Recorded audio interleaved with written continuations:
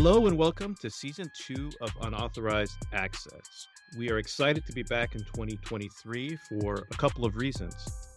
First, we thought for sure that this podcast would have been canceled by now, so we're excited to be here for Season 2. And secondly, and certainly more importantly, we have a very special guest today. She is someone in the IR space that really needs no introduction. But, of course, give me a minute here to introduce her for all of you. She is a lawyer. She is a former claims specialist. She holds a SIP US certification. She is a current director of business development.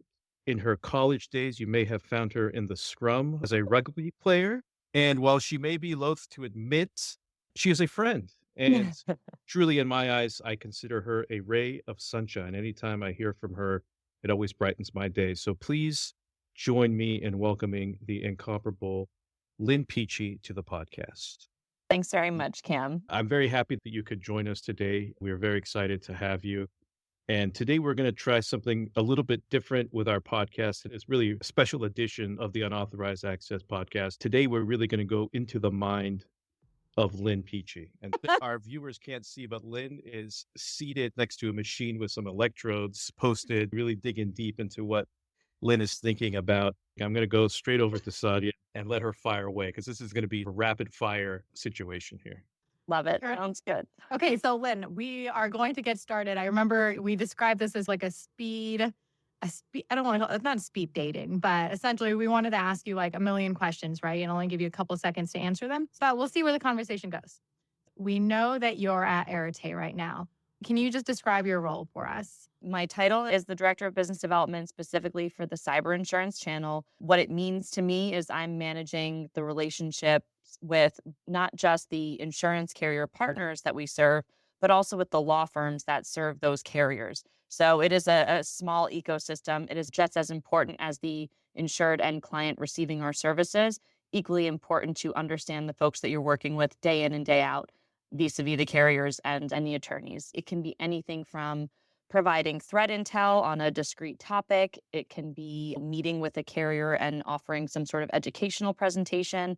Same for the attorneys. It could be reaching out to new clients or discussing retainer options with prospective clients, just fielding all sorts of inquiries about the business, what we do, how we do it, and how we can help service the parties that are coming to us. And Lynn, I think what's really unique about you, and this goes to our second question about where were you before Arete and what were you doing? I think you have a different perspective than not a lot of people in the IR space have. So can you tell us about your roles before Arete? Prior to joining Arete, I actually performed the same role at each of the insurance companies I worked for, started my insurance career at AIG in the cyber claims department, and then moved on to AXA XL, also in their cyber claims department.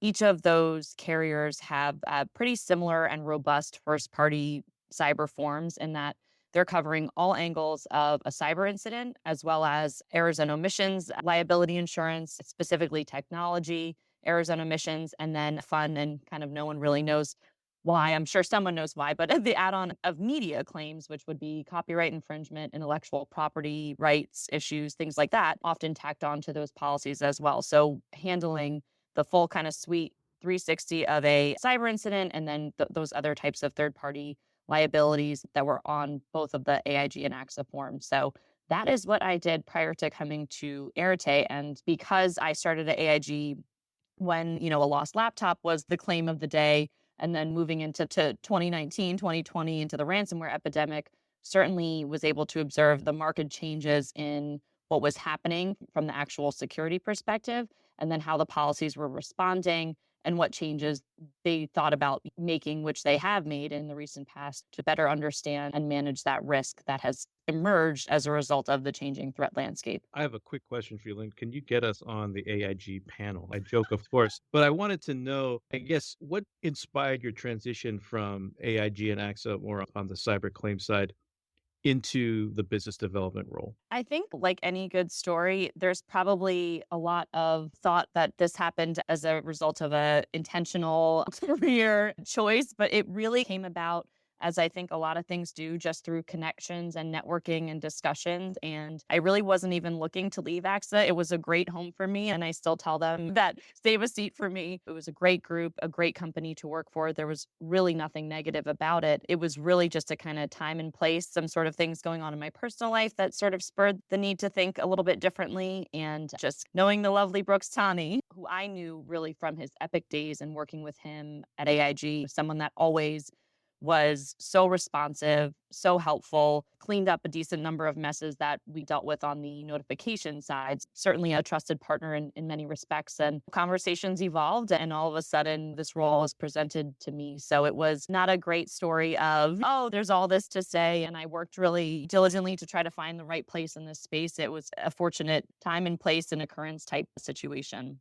I think Sadia would say just the opposite of me coming here to travel. It was a confluence of unfortunate situations for her, but I I agree wholeheartedly, right? If you are with the right type of people, and you mentioned your relationship with Brooks, a trust that you two have together as partners, yeah, obviously that is such an important facet of anything you do. If you're working with the right people, then you'll do whatever work, even if you weren't expecting to do it, because you are working with the right group of people. So that story certainly resonates with me. What is your most favorite part of what you do at Arete now? I think the business education that I received from working at a growing professional services company, something that is not as entrenched and I guess corporatized as a large insurance carrier, I have just been able to even apply my legal education in a different way than I thought, again, in more of that business mindset.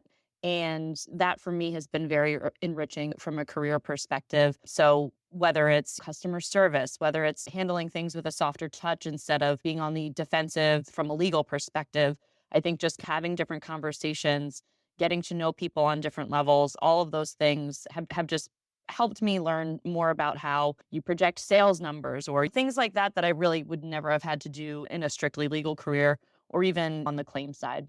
The next obvious question is, what's your least favorite part about Arete? But I'm not expecting you to answer that, so don't. We will jump over that one. Uh, because you have experience as both on the carrier side, where you were being wooed by different vendors, right? And now part of what you do is you're doing some of the wooing, right? You're trying to get on the radar of certain carriers. What would be something that you wish you knew before you started your role at Arete, that now that you wish I knew this information about business development with respect to carriers? I actually think that it's not so much the interaction with carriers that surprised me. I think I, maybe like many others, had a different view of the market in terms of what it looks like when things are really spiking threat activity wise versus when things are more calm and quiet. So I think judging the market based on where we were at in 2019 and 2020 was certainly not the barometer for the go forward. So that was something that was surprising. And then you worry about what's the quality of our work? Are we doing something or anything wrong? Should we be doing something better? I think it is easier to have self doubt about your abilities and the value that you're bringing to the carriers when the market has slowed down from the threat landscape perspective. And for me, I my approach is different because really I value so many of the people that I have met and worked with. I have loved every minute of meeting new carriers, meeting people that I would have never had access to being at just one insurance carrier, because there really are a lot of more talented than I people around me. So I hope that by proxy, their talent rubs off on me. I would just say that it really has become difficult to predict where the market is going, what threat actors are going to do. And I think with that then comes the uncertainty as to what makes sense to offer the carriers, how can you provide value to them? And that's something that's constantly evolving. So it helps keep me on my toes and helps me be better, but is something way different than I would have ever thought I was worrying about, at least when I was on the claim side. What are some of the creative BD things that you've done in your role at Arete or otherwise when the market is just slower? Like, what's the value add? What do you think vendors should be doing at this point if there's not just a million claims floating around? What would be your suggestion? Don't ask for business. I don't do that. I don't do that. I usually will just be like, did we do anything wrong? Did we mess up? But don't go begging for business. That is like the number one thing. Carriers can't control the claims that they get or don't get. There is obviously a recognizable slowdown in the market that everybody is experiencing. So that has to be measured with how you're going to approach carriers. My advice, still take people out. You still see people. Maybe you're not doing a huge private yacht party or something like that when business is slower, but you still have to make sure that you're showing the love even when there's not like a crazy flow, because number one, there's so much movement in this industry. You never know where anyone is going to wind up. Number two, don't forget to do the fun stuff just because you might be stressed on the vendor side. Everybody is still looking for that break. You have to remember that on the claim side, a lot of folks are dealing with not just first party claims that are going on in perpetuity because of BI loss or things like that, but also third party claims where maybe your insured client has demanded that you be present for a mediation in 2 days and they want $1 million. So there's different stressors and there's always a decent workload for claims people. Everybody always needs a break, whether you do it virtually and do something that's more cost effective, or you're able to get a group together, do a breakfast, lunch, just all of those team building type activities are always worth it because you never don't leave without learning something new. These are conversations that Cameron and I have with vendors, carriers, just all the time about what's the best way, like how do you develop that work? And, you coming out and saying, don't ask for work. It's not like people are just sitting with claims waiting for someone to say, oh, hey, do you have a claim to hand it out? One, I want to apologize to Adam Smith from Coalition for my last email. But two, it's so important. And that's something that I think I've been learning and recognizing more, that it goes to your point about how you got to where you're at, right? It's the relationships that you form. For me, it's like the most organic way to grow personally, but also, I guess, to grow as a company too, right? Create genuine, real relationships, because then I think at the end of the day, you really want to help your friends out, right? And so I want to work with the people that I'm friends with, and that's who I'm inclined to give more work to. So and how do you become friends? We're not going to become friends by you emailing me, right? And saying, do you have claims? We're going to become friends if we're hanging out and doing something that isn't related to IR. Like that to me is effective and something that I'm learning more and more and appreciating more and more every day. And I would just finish that up by saying, I know that I'm not for everyone. I know that not everyone is going to like me and not everybody is going to vibe with me. And that is totally okay. I'm still going to be my genuine, honest self. And I am not going to harass someone that clearly there's not a relationship there. So I think that's also important to know, is just be aware of your surroundings and read the room. Just be respectful of other relationships that folks have with other vendors. That's important. Some of these relationships are decades long. Just be respectful and kindness. But again, always nice to get to know people on levels that aren't just about work, and to also put yourself out there, because that's how you'll know if you guys are going to work well together or not. Well, this goes to the inside the mind of Lynn Peachey. What are some of your favorite, if you were going to hang out or do something with someone, what do you genuinely enjoy doing, and what kind of activities? Like I hate virtual happy hours with my life. I never want to get on camera. I'm not going to be able to bond with someone through that. But what do you enjoy and what do you hate?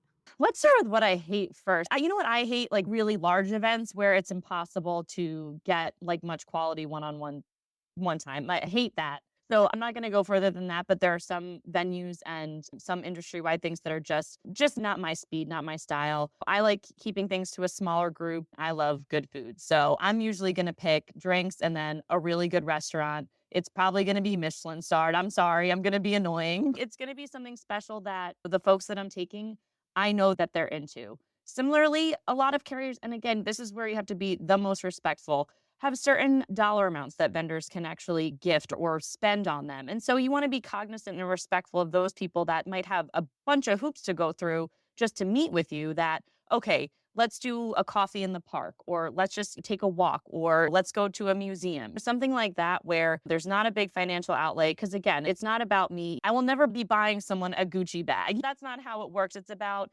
having an activity together where you're sharing experiences, getting to know one another. And sure, if business comes up and there's a question or there's a case that you're actively working on together that you want to talk offline about, great opportunity to do that. It's not the place for the hard sell. To sum that up, because I did go off the rails on that, hate big events where just everybody's preying on everyone. I think that has to be the most awful thing for a head of claims, to know that you're the meat at the watering hole. I know that that's horrible because it makes them feel bad too if you can't give someone time. Like, you have to just have a little bit of empathy there. Best events, a really good meal, some drinks. I love mini golf. That's going to be whatever my next event is. But I always joke with someone else, you do what people like.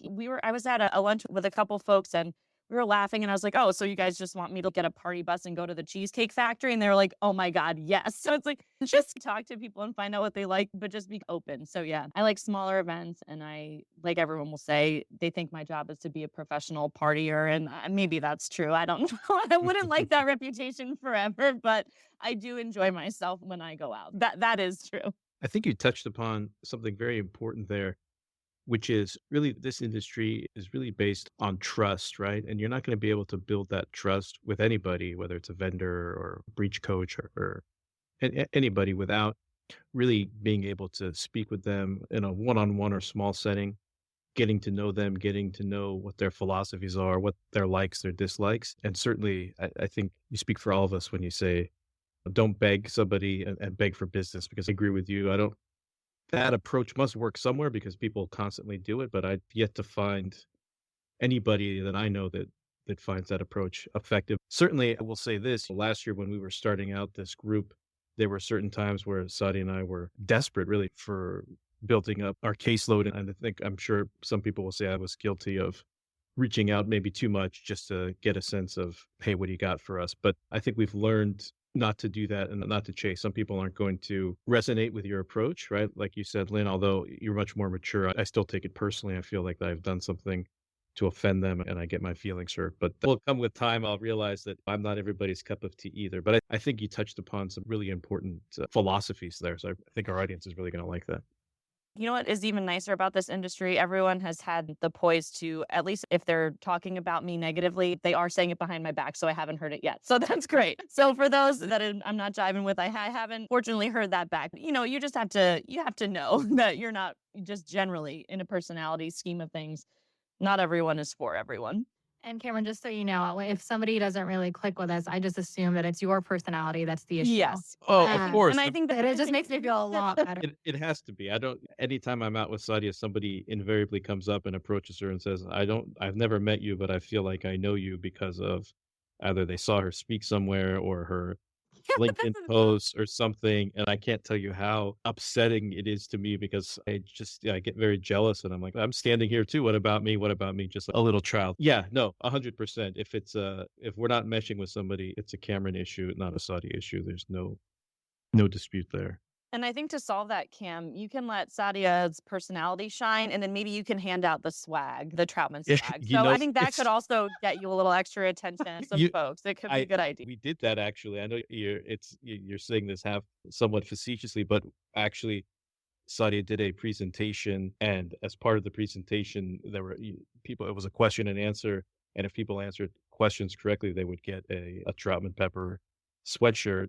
And they had to come see me at the end. And I've never been more inundated with just people just running up trying to get something from me. But that was the only reason why I was the most popular man in the room, because I love it. So it's already been tried and tested. Exactly. And I think happy to have that role of the sweatshirt passer outer. That's perfectly fine with me. Maybe the next conference, maybe at NetD, you can show up with the guns that they have at like the Knicks games, and then you can shoot out the Troutman swag out of the gun. So I think that could also be an option. Okay, no, that's good. Shoot it out amongst the crowd. No one will be expecting it. Okay, no, that's the T-shirt gun. I get it. Yeah, okay. there you go. That's what it's called. You have a good idea. This reminds me, and it's something that we want to talk to you about, Lynn. And then, Kamran, we can talk about whether or not this needs to be cut from the podcast later on, but it's an important topic. But I'm going to raise it, and then if we need to edit this out, we can edit it. But I remember, Kamran, you know exactly what I'm talking about. That one time, Kamran and I were somewhere together. I was taking care of the swag. I was like folding. I know Kamran was on a call, looking very busy. He was wearing a suit, just looking incredibly busy. And I think I was on the side, kind of just folding some sweaters and doing something that doesn't look very important at that moment. I say this because I know it wasn't intentional. And maybe it wasn't even what was meant, but I remember feeling like this. And there was a group of men that had come in and they could just bypassed me and they went over to Kamran to talk to him. And I'll tell you how I felt at that moment. It felt like to me like, oh, I was just like the woman folding the clothes on the side. And so they didn't really think that I was the person to talk to. I kind of was like, okay, well, I'm not gonna bother to make an effort. And maybe that wasn't the best way, but I just remember feeling that way at that moment. And we were joking about, right, Kamran handing out the swag and things like that. And so that's what made me think about this. But Lynn, you are incredibly successful and so well known. I think so many people would aspire to be like you in this space. And so I wanted to ask, as a woman coming up, were there any were there any obstacles or anything you've seen in the IR space, at least in the insurance space? There's more women in power than I think in other industries. And so I give credit to the industry for that. But were there any specific struggles on your side or anything that we could improve on or anything like that? I am so fortunate. I really did not face any of the roadblocks, certainly that women of the past faced, but none even of what maybe colleagues had also dealt with, which still happens. And more in the realm of being talked down to in a meeting with other folks around. There are things that definitely still occur. I will give a shout out because I know he will never listen to it because he like refuses to go on LinkedIn. I don't even know if he has a LinkedIn profile. But Brad Vattert, who is still at AIG and was my manager the entire time I was there. He was just like when you talk about a male ally, I mean, he was, or just an ally in general, he really was all of that. He was supportive, he was understanding. He pushed for my promotions at every turn. And to that credit, even Jim McQuaid and Rob Jones, and they're more senior managers there and the upper echelon of the cyber group, just all of them, I really never felt any type of blocking or anything like that in the advancement of my career.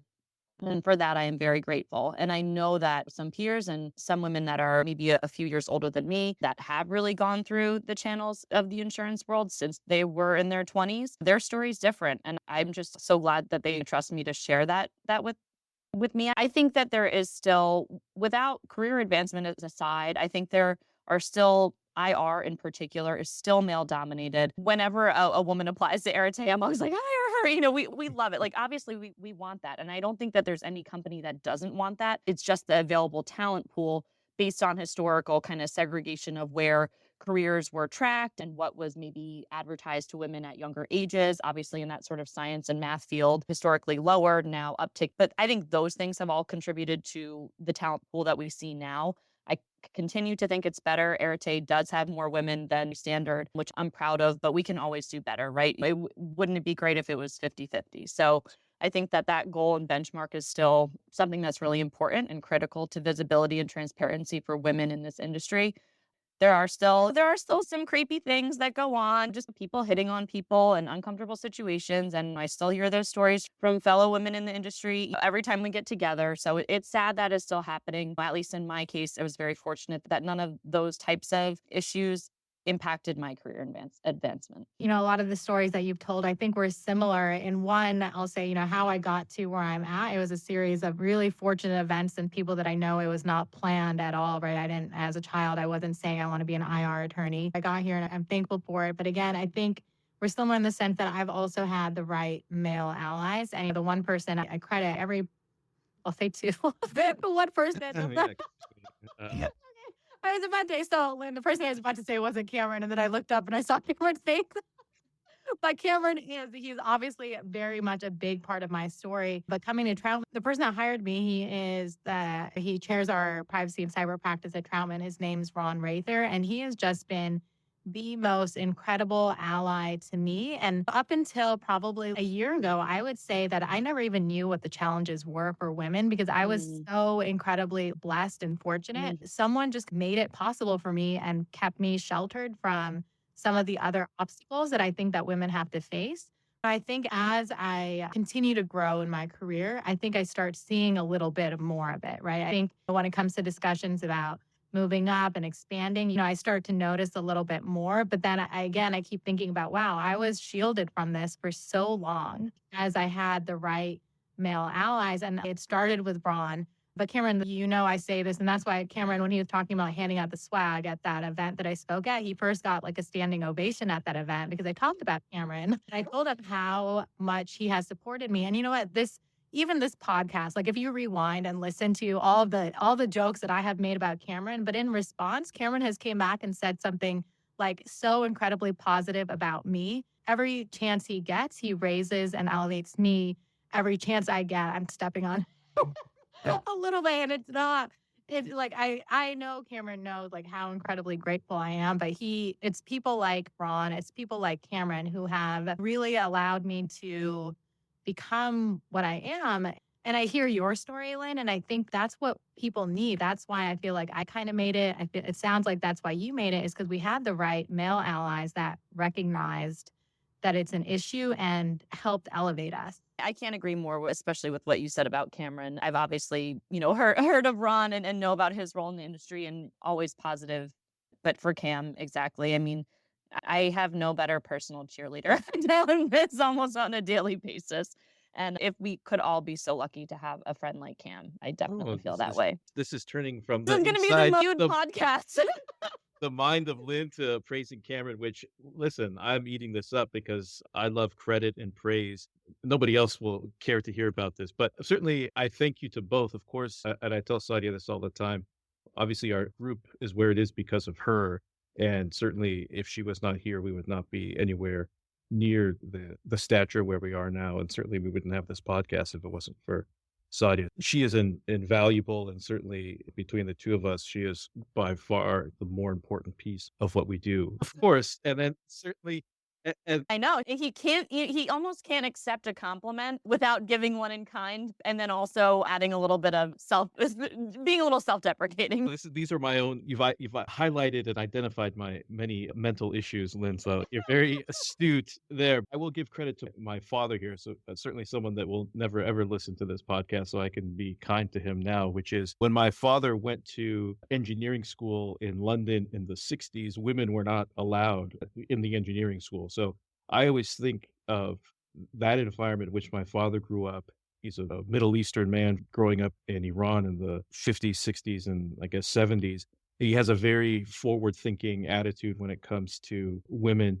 And so I always credit part of my viewpoint to my father. And of course, as a father to 3 women, I always tell everybody I find women to be pretty much vastly superior to men in pretty much every single way possible. The things that my wife and daughters are capable of doing versus what I'm capable of doing it's not even close. But let's turn it to something a little bit more lighthearted here, if we can. We want to get even more into your mind, Lynn. So we want to talk about stuff that you do outside the scope of your work. I know you mentioned that you live to work and work to live type of situation. I think we're both in that same boat. But when you are not working, what is your favorite thing to do? Probably nature walks. I'm pretty boring and I'm a bookworm. So I love to read. I love historical fiction books. Like I said, my nature walks every day. That's really crucial. Walking out the anxiety and keeping balance. And then because I feel like I just feel woefully like I'm not contributing to society. So that's been on my mind lately. And so I tried to do something to change that.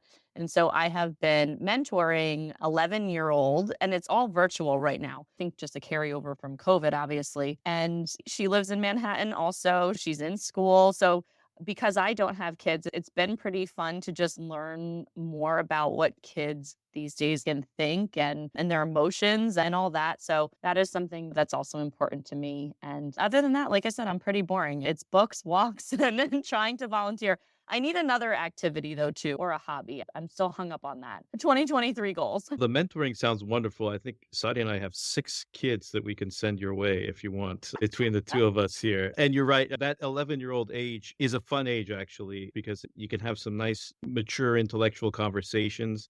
And at least in my experience, they still have a pretty good attitude. When they get a little bit older, and I speak from experience, it becomes a little bit more trying. But what a lucky girl to have you as a mentor. That's fantastic. I hope so. I hope she feels the same. I know I'm doing better because at least when our time is up every week now, she's like, oh, wow, it's already over versus like, she was on her iPad the first time we met. And I'm like, oh my gosh, she hates me. She hates this. Learning and growing. It's good. No, that's When wonderful. I'm sorry, Cameron. No, go for it, Sadia. I was just going to say, I'm going to rename this podcast to Inside the Mind of the Incredible Lynn Peachey, because you are just such a wonderful human being. And I'm glad Cameron asked the question. So I didn't know these things about you, but I need to know more about your nature walks. I have been telling myself that I've tried to create an office challenge just to get myself to go outside and do something. Do you walk every day? What do you do? I do. I walk like 3 to 4 miles every day. There's a couple parks that I go to. I'll go by the water. It all depends on where I am. I'm bouncing between Jersey and the city right now. So when I'm out in Jersey, I take advantage of all the beautiful parks around where I grew up. And there really are some pretty ones. So I get to see some water and horses and a great purebred dogs, which I'm super into dogs. Sometimes I'll listen to music. Sometimes I won't. It all depends on really what my amp level is in terms of what I need to do to calm down from whatever has happened in a given day.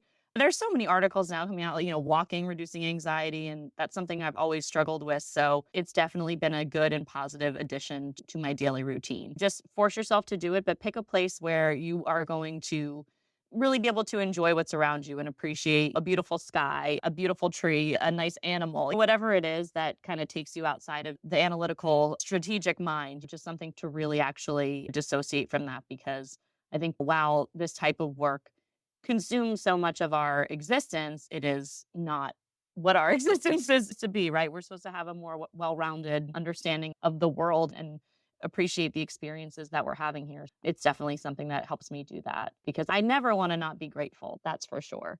Inside the mind of the incredible and grateful Lynn Peachey is just going to keep getting longer and longer.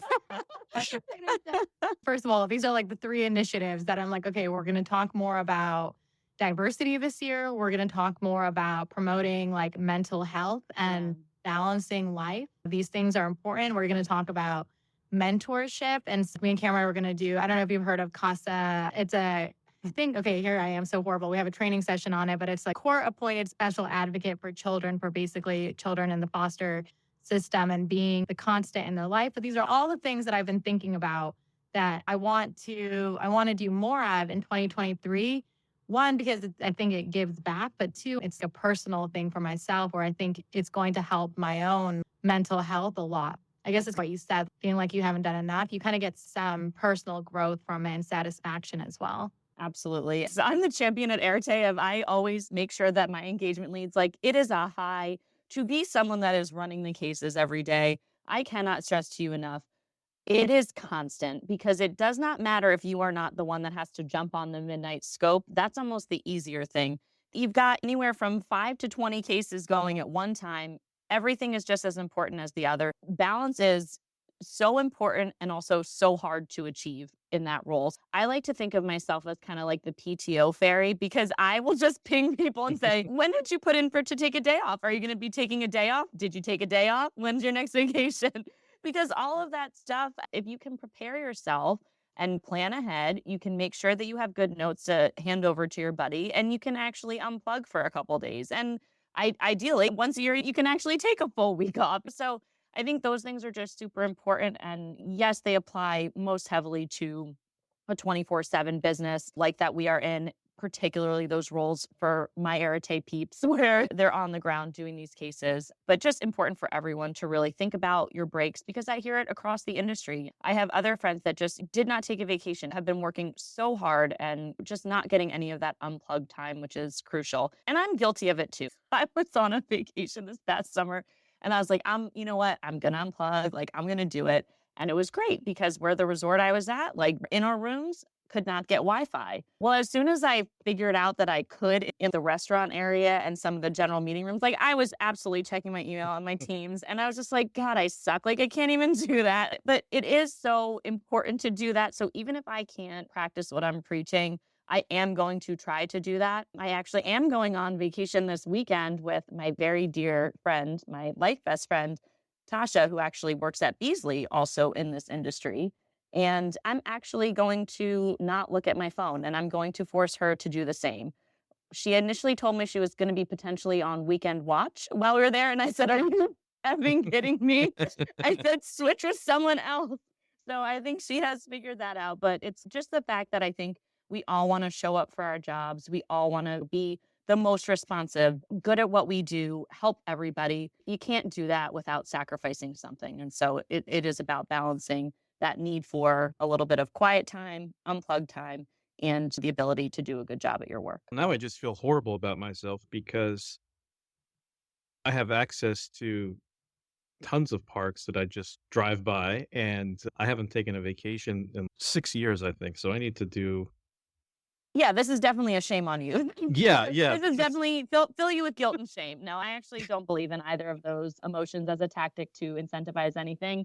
They're both extremely negative in my view. So Agreed. No, all I would say 300%. is let's turn it around, make it a more positive affirmation. I will take a vacation this year. I will take Well, more time for myself. your point about balance, you're right. It's so crucial, but to me, that's one of the hardest things to achieve, just between work, friends, family, and then your sort of your own personal time. That's one that I struggle with as well. So I will, in light of the grateful and great mind of Lynn Peachey that we have been so fortunate to get a glimpse of. I've added PTO Fairy to that. It's just PTO Fairy, that's a good, yeah, we could use a PTO Fairy here. To just shoot some emails over at a regular cadence and just say, what was your PTO this quarter? Did you take any days off? That's fine. It's just a note that goes in my calendar, and then I'm on you. We could benefit from some fairy dust Yep. our way here. Absolutely. This has been certainly a very enlightening discussion. I learned a lot, not only about you, Lynn, but also just some good information about the role of people in the industry, right? And the importance of valuing people and not looking at people as this is a potential revenue source, right? And just try to sell.